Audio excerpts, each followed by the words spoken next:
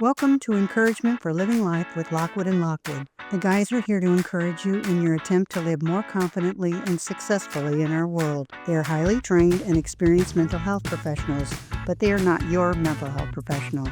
They are sharing encouragement through information and discussion. People are complex. Just because an idea helps one person doesn't mean it will help someone else. You need to consult with your own professional who will hopefully know what is best for you and your situation. Now, it's time for Lockwood and Lockwood. Do you or your partner want to stop using porn? Keys to stopping porn use. And that's the title for today's podcast, everybody. So the first thing I came up with was the prevalence of porn. I don't know recent prevalence figures. Do you know anything about that, son? I know lots and lots of data about this because I've talked about it Okay. and debated about it on other podcasts. So you're talking to the right guy All that you right. may or may not agree with, obviously, but No, we'll probably you know, disagree with some things, but yeah. yeah. So, pornography use is increasingly common for the last, I'd say, 50 years. And it's not to say that it was uncommon 50 years ago. So if you wind the clock back to the mid 70s and 80s, a lot of people were using porn. They were just doing it very, very secretively and weren't talking about it publicly. They had the stereotype is like the stash of magazines under the bed kind of thing. Um, Yeah, and we then there found a was the, big stack in the woods when I was a kid. yeah, that kind of Not thing. not your usual porn, pretty hardcore. Yeah, and so like that's how stigmatized and shameful people were about their sexual urges and interest back in the day, that they had to hide things in the woods. And so as technology and economics have caught up to actual interests, you see more and more people publicly and openly talking about these interests and actually telling the truth in surveys and research and things like that. So I think we have a more realistic estimate of pornography use. And then also, secondarily, we have data from Pornhub. So one of the biggest porn sites on the planet publishes their data, the metadata, Oh, every year cool. about who Okay. uses and where. And in the United States of America, can you guess who uses the most porn in what area In what area? of the U.S.? Is it the West Mm, Coast, the East Coast, the South, the Midwest, the North? I don't know. I really don't have a clue. Yeah, so Pornhub has been publishing this data. Now, this is just one website, but it's like the biggest in the world, so it's probably Good. representative of Lot of something. data. Right. Yeah, Sure. and it's consistently the Bible Belt. Okay. So the Southeast has almost always been the largest consumers of porn. Georgia, Mississippi, Missouri, Kentucky, all these places. I got you. And so all the Southern Baptist kind of states, basically. And researchers started to look into this, and they started to like wonder, like, why do people in these areas self-report and also, according to their IP address, use more porn than people in liberal areas or whatever, or richer area, or whatever it is. And nobody has a Right. good answer other than some shame and some repression of feelings and urges and things like that. Well, I know years ago, and this is a long time ago, that was reported that 50% of men who state they're Christians did porn. At least, Yeah, well, I'm sure that might be low, actually. Yeah, I know. yeah, And their culture would be, no, you don't do porn. It's objectifying women, and that should stay between you and your spouse. right. So that's an extremely high rate, and if it's higher than that, which is likely, that's extremely high, which means porn is very compelling.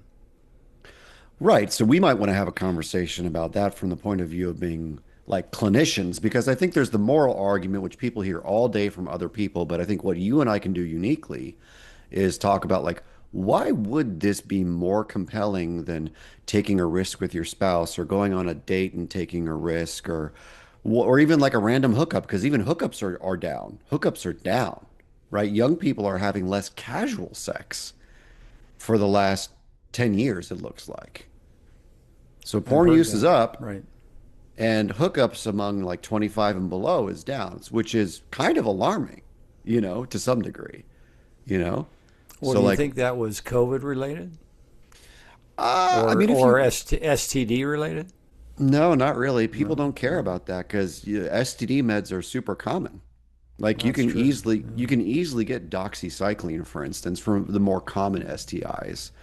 And I think a lot of people just kind of assume that everyone's going to get herpes at some point because that's so prominent in the world generally. Like 70% of Right. people have it. So like I think a lot of people are just more okay. Like the disgust factor around casual sex has really decreased in the last 50 years. And so why would porn be more like if the disgust factor is down for casual sex, clinically speaking, why would casual sex be less frequent then? I don't know that I it's just don't. COVID. I don't know. What theory? You got any theories? There's a couple of interesting social psych theories, and so like one of the compelling hypotheses is that people are tired of dating. They're tired of putting in the effort, and so porn is kind of a cheap and easy way to achieve the same thing. When it's like, do I really have to swipe on Tinder? Do I really have to go out to the gym and talk to people? Do I really have to go out to a restaurant? Is it really I worth got my you. time and my energy, or can I just go get off somewhere by myself and not have to deal with the hassle of flirting with someone? Because a lot of people see, putting yourself out there, taking a risk as bad, as shameful, and they don't see it as normal anymore, I think. They see it as bad and shameful, or do they just are they just it takes effort? Because you use the word effort, and I think that's a big part of this issue here. I People think want both. convenience. They want groceries delivered. They want sex without a lot of the things that come with sex, which is, Yeah. a relationship, which is really hard work, at least to have a Yeah. good one. Yeah. So I think convenience must be a big part of that. At least that would be what comes to mind from what you're saying. Yeah. Why go to all that trouble? You got to get dressed up.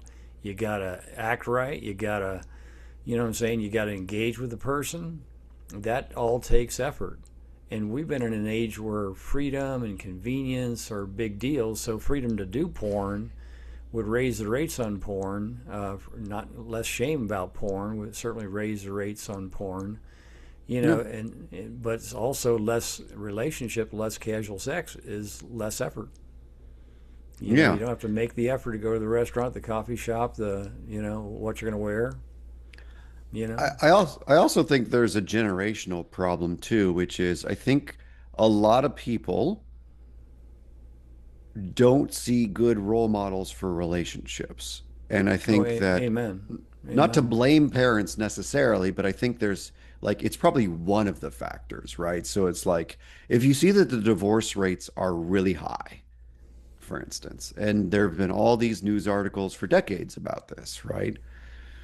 And if you see the divorce rate problem, if you see how financially difficult it is to pay for a family, if you're, not making good money, and you it kind of add all these layers at the societal level, I think a lot of people just kind of choose to like not try because if it's going to be insanely expensive to have a house and my mortgage is going to be 30 years and I'm going to end up paying twice what the house is worth and all these things, I think people become kind of cynical and disinvested, right? It's like my No, parents can't stay I together. agree. I'm gonna burn my money. I might as well save my money for myself, you know? Well, last I heard, the divorce rate was 48%.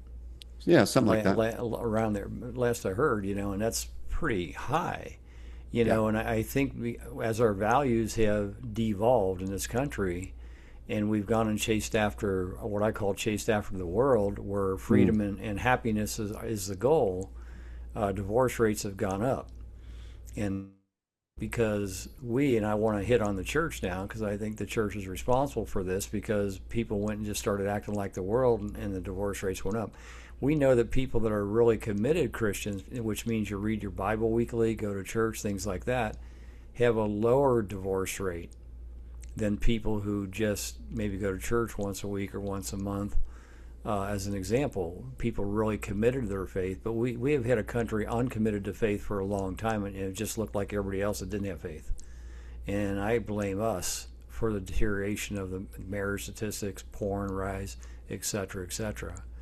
And at least that's my theory with it. And this age of freedom, which I like to make fun of. And by the I way, think every statistic that's worthwhile says if you're married, you're better off financially, you live Uh-huh. longer, you're Yep. more content. And being the age I am now, man, I'm glad I'm not alone. Exactly. I mean, Exactly. And how would I go through a replacement of a knee? I would have been in a rehab facility for probably a week and a half, 2 weeks, without your mom. But because your mom, and because of two nice EMTs that helped me up about 24 stairs right after the surgery, hours after the surgery, so we could get yeah, in the condo, because we don't have elevators in a little place, and I would have been in a rehab center there too, which they were talking about sending me to, and I said that's not a good idea. yeah, it's not good for anyone, right? Yeah.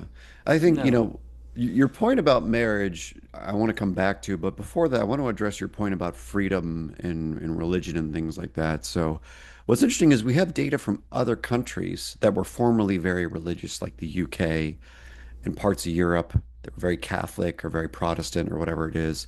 And their divorce rates are not as high as ours, even though they love freedom more than we do in some ways.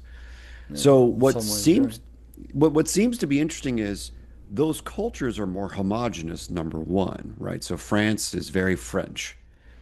France is kind of a melting pot to some degree, like we are, but Oh, more and more, it's also more. not a pluralistic society, though. They have like one culture, and the expectation is you should act like you're from France if you're from France.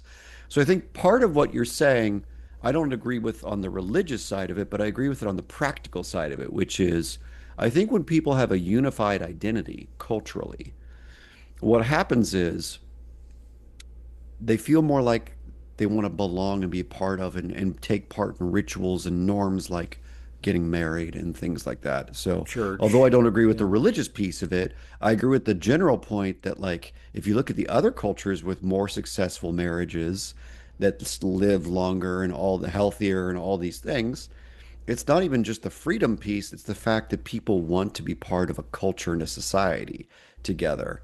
And people do not in this country, in my opinion, want to be in the same community at all. If you're Republican or conservative, you're evil. If you're woke and liberal, you're evil. So I'm here to hate my neighbor and to be religious about it, not love my neighbor.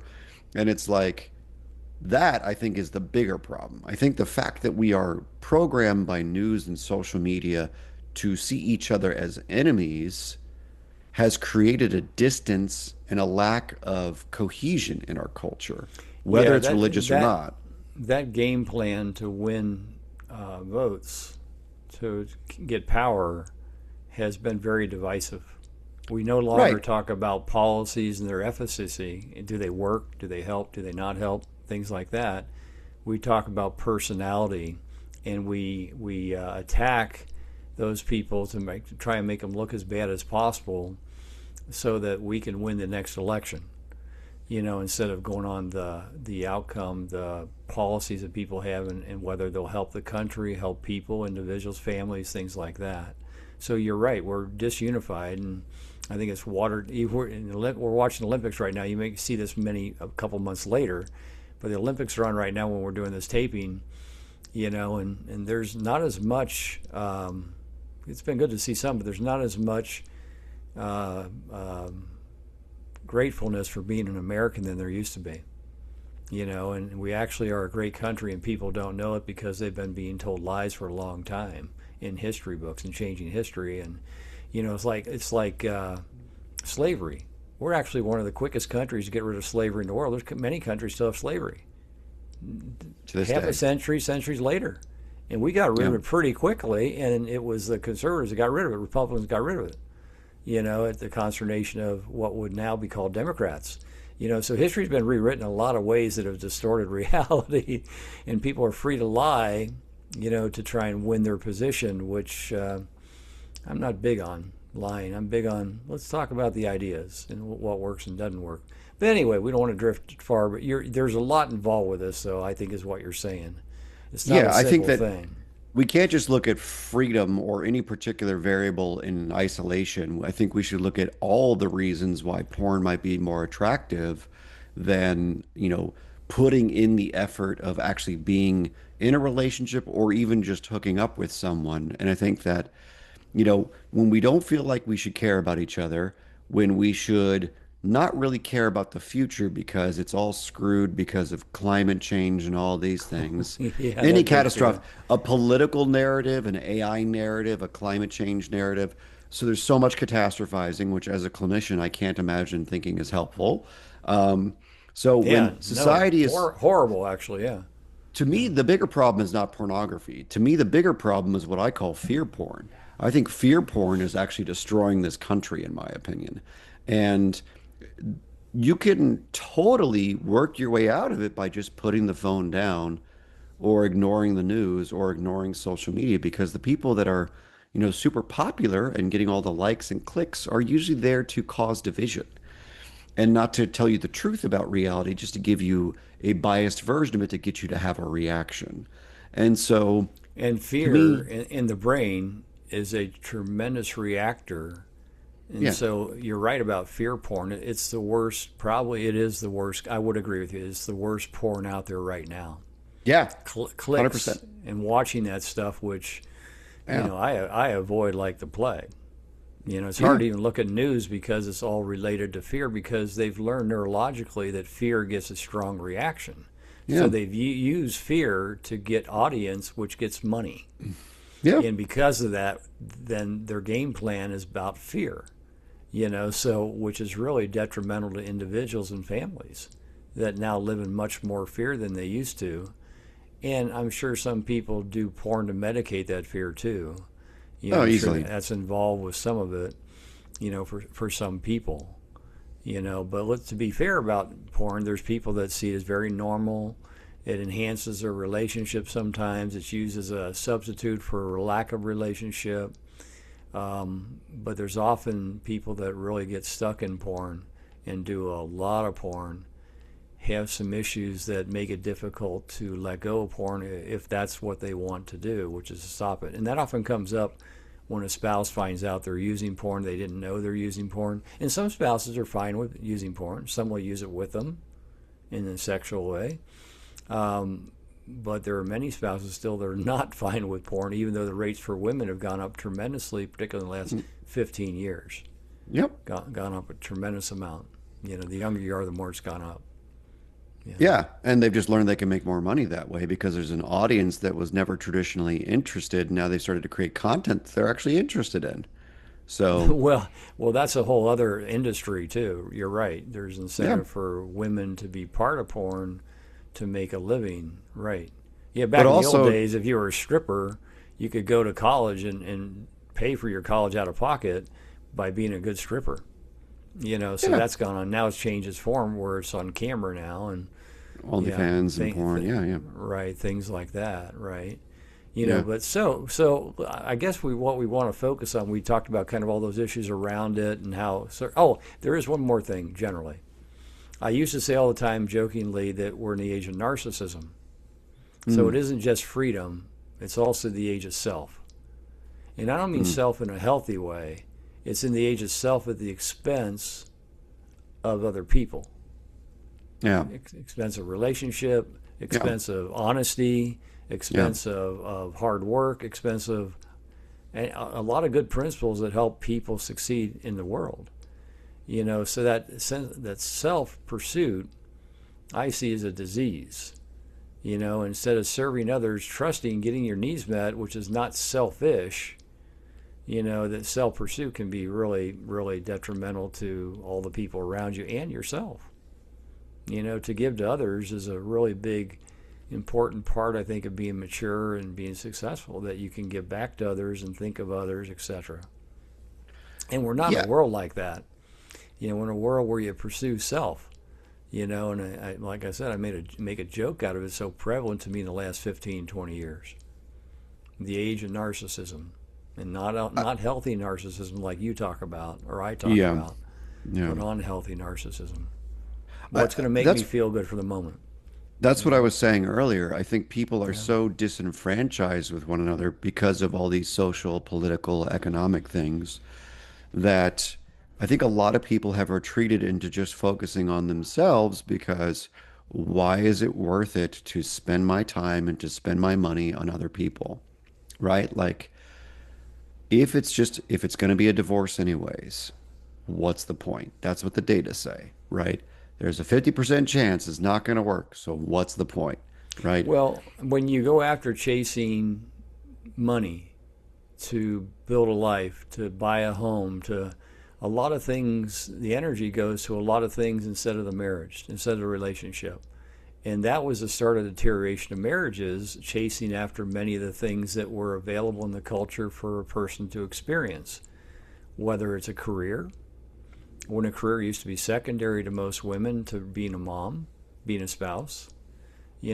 Careers became equal or above those things. So many things changed that affected the marital unit and the family in general. And it's, so those young people looking back at their families are going, do I want that? I get that. Do I want that? That didn't look very appealing. Because I know a pastor, Alan Jackson down in Tennessee, who says just one night a week, have a family dinner, no electronics. And what his principle is that years and years ago, probably in the 40s, maybe part of the 50s, that's what families did. And that's where a lot of healing came from, a lot of teaching about values, a lot of how's your day, how's your week, what are you going through.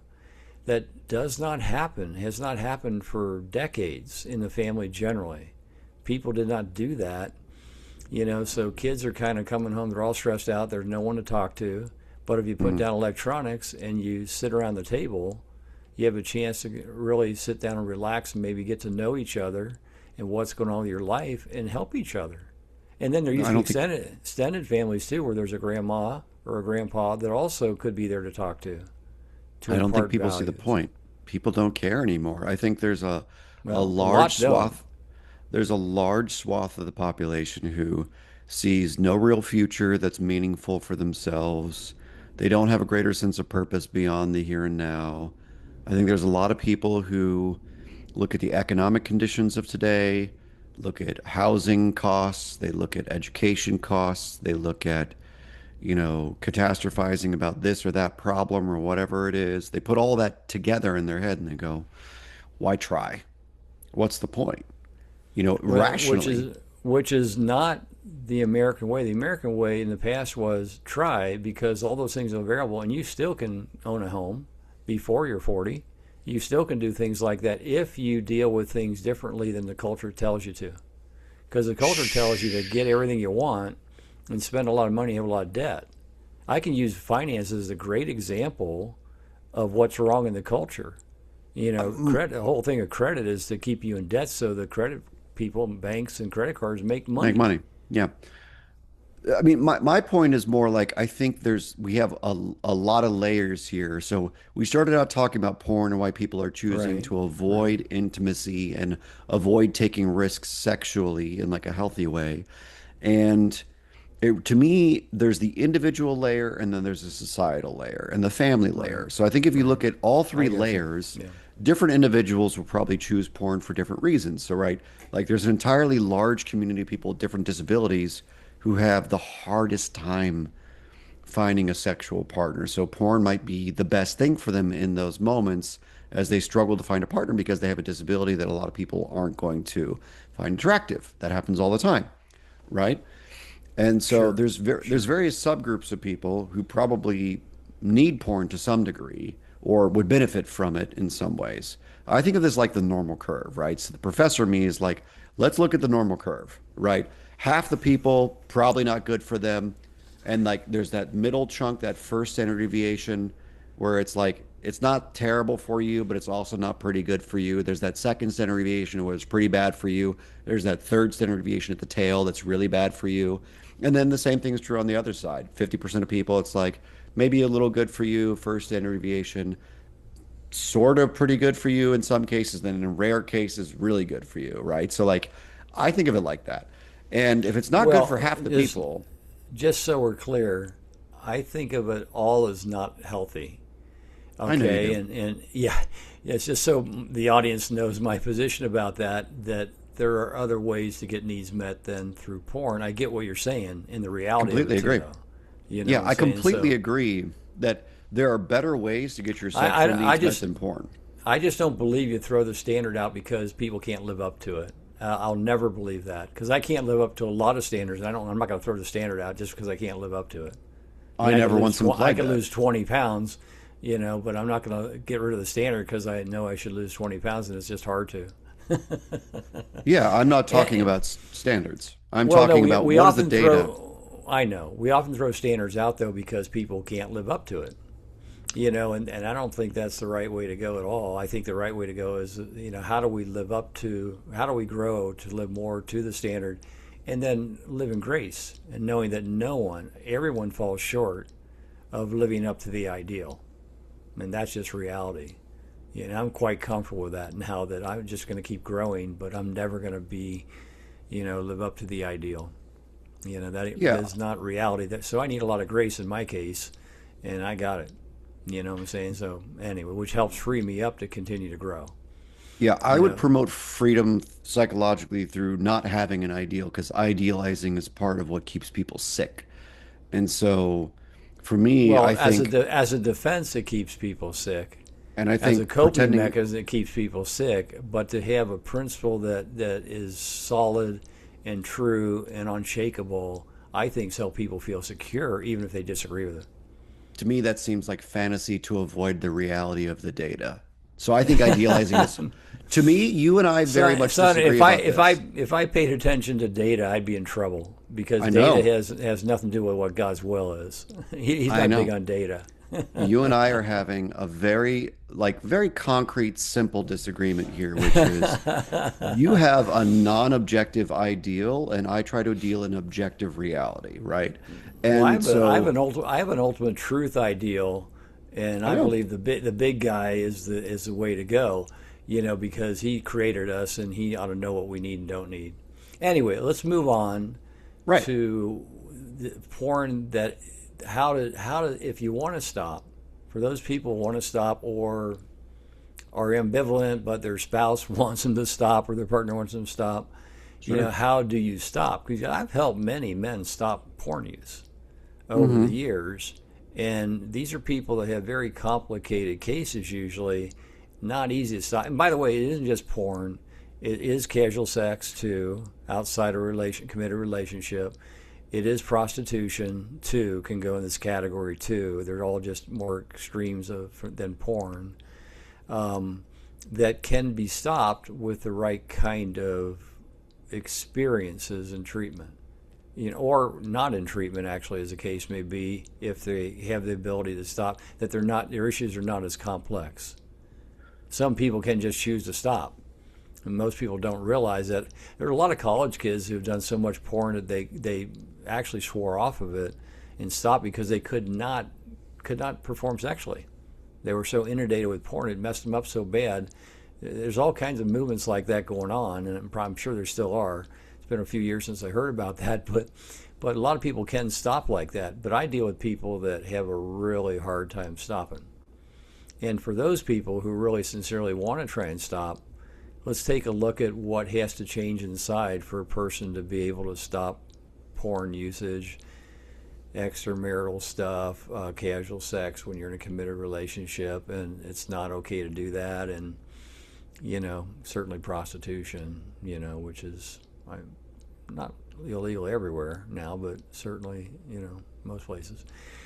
Anyway, I remember one of my patients who was paying for high-price hookers. His sexual organ did not. It was full of sores because he was doing so much sex, and he was flying in $1,000 a night hookers. you know, and like, well, hard to stop. It was hard to stop. He's getting sores everywhere, and he still couldn't stop. Sure. And I've seen a lot of people like that. A guy that was doing a hooker, and he felt like he was in love with a hooker. Really hard Mm. to stop, but he gave his wife an STD, so it came out, and he had to stop. And his religion was definitely not for hookers. You know. Yeah, and I think, there's a practical reality that everyone should be thinking about, regardless of Yeah. morals, religion, beliefs, or anything like that, which is in what ways is your behavior consequential? You can completely remove all Yeah. morals and spirituality from the conversation. You can still have those Yeah. things. I'm not trying to say those things don't matter. What I'm saying is, even if Yeah. you're the most atheist person in the world, you can Yeah. still have a very practical conversation, which is, you know, in what ways is this behavior helping you, back to motivational interviewing?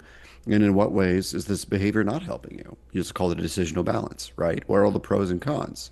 So then the question becomes, if you do the math honestly, and you can do a decisional balance over and over and over again, it's a skill I teach my students all the time, whether it's drugs or sex or food or whatever. It doesn't matter what the behavior is. That's why MI is great, because it works for all behaviors you're trying to change, right? Because it works on universal principles of how humans work. So when you do a Yeah. decisional balance, Okay. you have an honest conversation with people about generally, how is this working for you? What are the pros of this behavior? How is it not working for you? And then what are the pros and cons of changing? Because every change you're trying to make has consequences. As you Right. and I both know, getting sober comes with lots of hell. Getting sober is not all good. And anyone who tells you it is full of it. You know what I mean? Oh, And the so, biggest lie is physical sobriety clears up things. Well, it does clear up some things. You're not going to get a DUI. You're not going to have a hangover like that. You're not going to have it, but it brings on a tremendous, to most real alcoholic, brings on tremendous discomfort and changes in their life. and having to be And accountable for things and all sorts of problems, right? And so right, I want people to understand that even the most practical approach to sex and pornography and all these things is important, to be clear that every behavior we choose to do has consequences. If you choose to be monogamous, that's going to have consequences, right? If you choose to be oh yeah, open, that has consequences. If you choose to use porn, that has consequences. Every choice has consequences. The real question is, when you do the math honestly, in what ways does this behavior line up with your values? Number one. Number two, is the upside really better than the downside? That's very simple math. It's the simplest math. Either the behavior is in alignment with your values, or it's not, or it's somewhere in this gray area, right? well, I get the motivational interviewing and the practicality, but then you guys, so the guys or gal says, "All right, it's in my interest." Then what do you do? And what has to be attacked or Your addressed? values? It's in No, alignment with your values? if not doing it is in line with your values, then what do they do that will help them stop? Well, there's a lot of different therapy You modalities know? that have a simple answer to this question. So even if you Yeah, never go to therapy, it's yeah, kind of like, from the, like, acceptance and commitment therapy is one of the trendier, newer therapies. And so a lot of the principles of yeah. ACT are very straightforward, that everyone could agree with no matter where you come from on the planet. So, like, it's a universal human truth. When your behavior is not in alignment with your values, you're going to have more conflict and more anxiety. That's unnecessary.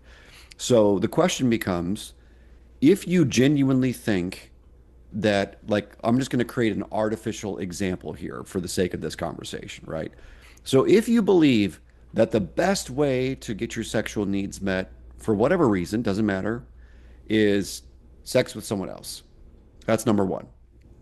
If number two is masturbation to fantasy, and if number three is masturbation to porn, right?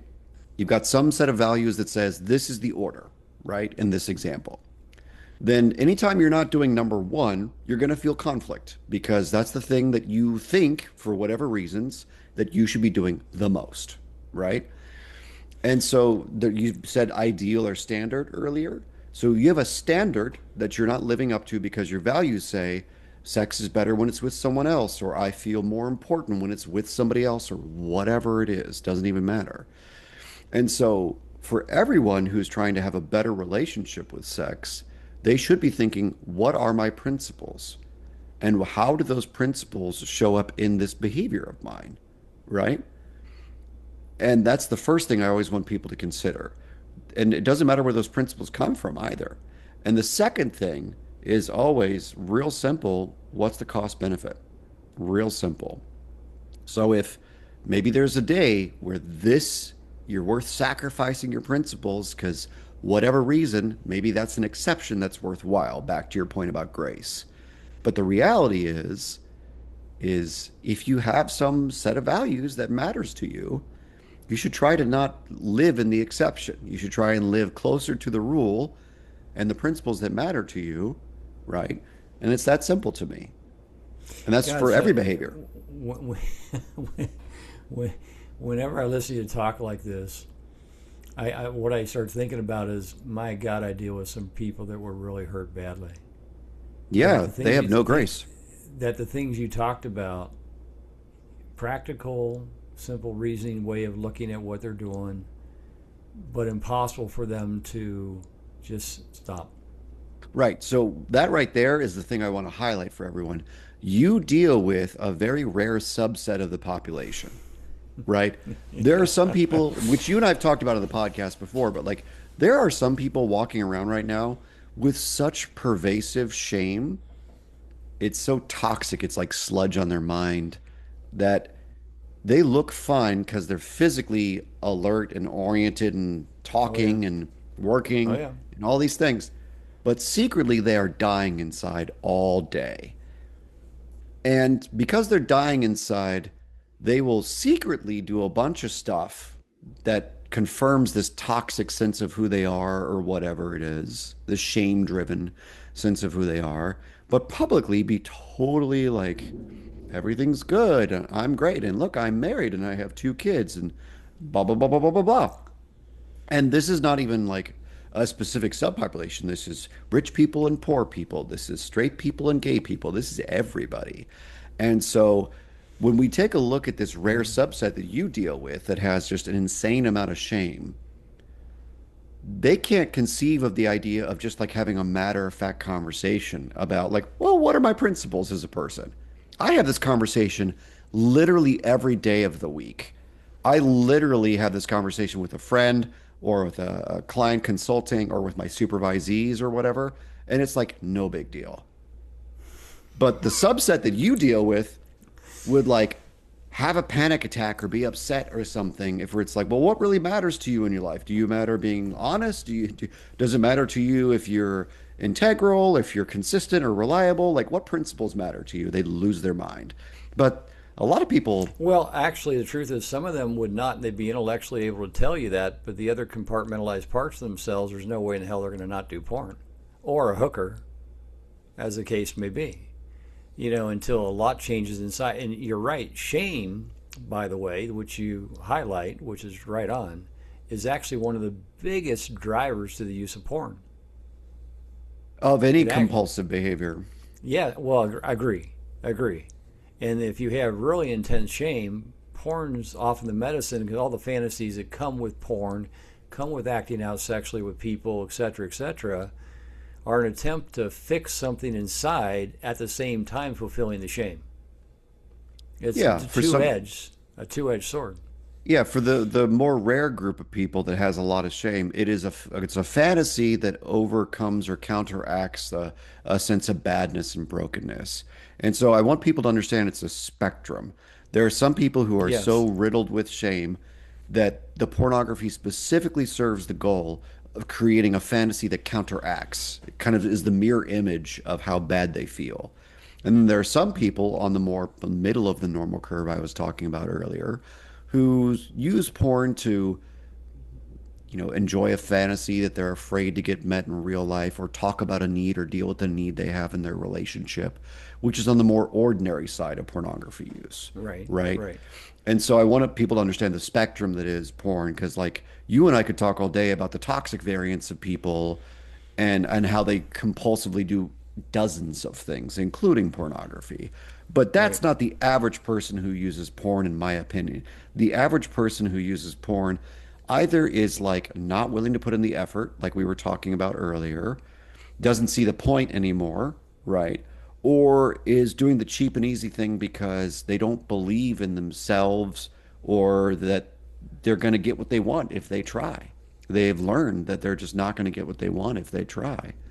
And so I think it's more complicated, right? There's a spectrum of why people use and how. And so you and I have spent all sorts of time dealing with the worst end of the problem, you know. Really, people really hurt badly.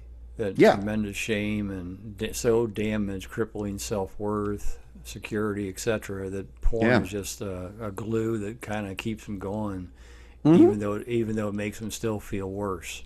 It's the Sure. paradox of porn for that subset of people. Yeah. And yes, that's what I work with every day. Yeah. Are those people? I don't work with this. That's why I smile. I don't work with the cases that can come in and do your motivational interview and you go, yeah, that doesn't line up with my values. I think I'll stop. Yeah. I'll just do a little bit less over time, and Or I'll eventually do I'll go get less laid. eventually. Yeah. Yeah. I'll Yeah. work in Like the, relationship and yeah. that kind of stuff. Yeah, right. Yeah, and I want people to be clear that like that what I'm describing is most people who use porn, even in a problematic way, Yeah, you're right. right? No, I think you're right. Yeah, So we want to I make know. sure that people don't just be like, "Wow, it's all this." It's not. It's never all that toxic. People are more complicated, right? You know. Yeah. There's a wide range, like you said, of people, Yeah. and they're why they use it, and and Yeah. how functional they are, and yeah, yeah, for sure. I could say more, but I'm thinking of some people right now. But anyway, I won't say. So yeah, there's more. But just to mention for those people that have an extreme background of hurt, extreme that have internalized a tremendous sense of emptiness and hungriness, desperateness, shame, loneliness. Porn is not a simple thing to let go of. You have to build a lot inside a person. And I've seen this over and over again as people build more and more inside, porn begins to fade more and more, loses its power. Yeah, and that's true for everybody though. Like I think the Well, more you yeah, get your yeah, needs met in real life, whether it's right, through an actual relationship, a marriage, whatever, right. you'll probably be less interested in that because the good stuff is the real person, you know? Amen. Amen. Because porn, it's not just it's about sex, about relationship, and Yeah. what love's really about in relationship. Sex is part of it. It's an expression of it. Yes, there's narcissism in it. That's normal. It's all that's normal. We could go into great detail about stuff like that, but Yeah. it's much better, for sure. Yeah. All right. So I hope that we didn't confuse you too much. I hope you understood the complexity societally and individually and family that's involved with an issue like pornography and sexual acting out with another person, or prostitution, and just understand that a lot of people have a choice that they can stop with some mild help or just some rethinking of things. And there's a group of people that really are going to have a horribly difficult time stopping because of how hurt and damaged they are inside. And then Yeah. a lot has to change, and you probably need somebody like me or someone similar that can really get in there and build some self-worth and get rid of some of that loneliness, the emptiness and desperateness, and then a lot begins to calm down. I had one that would tell you he stopped, he got enough in his mind it was self-worth. He got enough self-worth and it calmed down, he was able to resist. No more porn, no, less temptation for hookers. You It's know? good. The religious guy I was telling you about years ago, I don't know if his prognosis was real good because he still had an infatuation with the hooker, you know. So, on the research side of that particular point, one of the best predictors of sexual compulsivity, whether it's porn or anything else, is religious shame. Well, he was in a denomination that would definitely at least create guilt. Shame's different. I think that was more about his childhood. But the religion would certainly reinforce it in his mind. Even though there's more value in the religion, it would feel like shame to him. And how people talk about it too. Oh, for sure. Well, there's some reality with that. Some people are going to talk about it in a very shaming way Absolutely. versus simply a guilt way. Yeah, and I have a big need to differentiate guilt and shame. Guilt's good, we want to keep it. Shame's not good, we want to get rid of it. Right. Okay, well, that's it. Hopefully that didn't confuse you all, and hopefully that stimulated some thoughts on your part, and some of those of you who want to stop doing porn or the other things we're talking about, see what you can do about it and see what kind of support or information you need to help you stop, or how much professional help you need if you need to do that. If you're one of those people on the far end that I deal with that we're really going to have a hard time stopping, but they don't really want to do it. They don't want to do it. Okay. See you next time. Thanks for listening to Encouragement for Living Life. We hope you were encouraged by today's discussion. If you have a question, you can email us at lockwoodwithlockwood@gmail.com. We'll do our best to answer it on one of our shows. Hope to see you next time.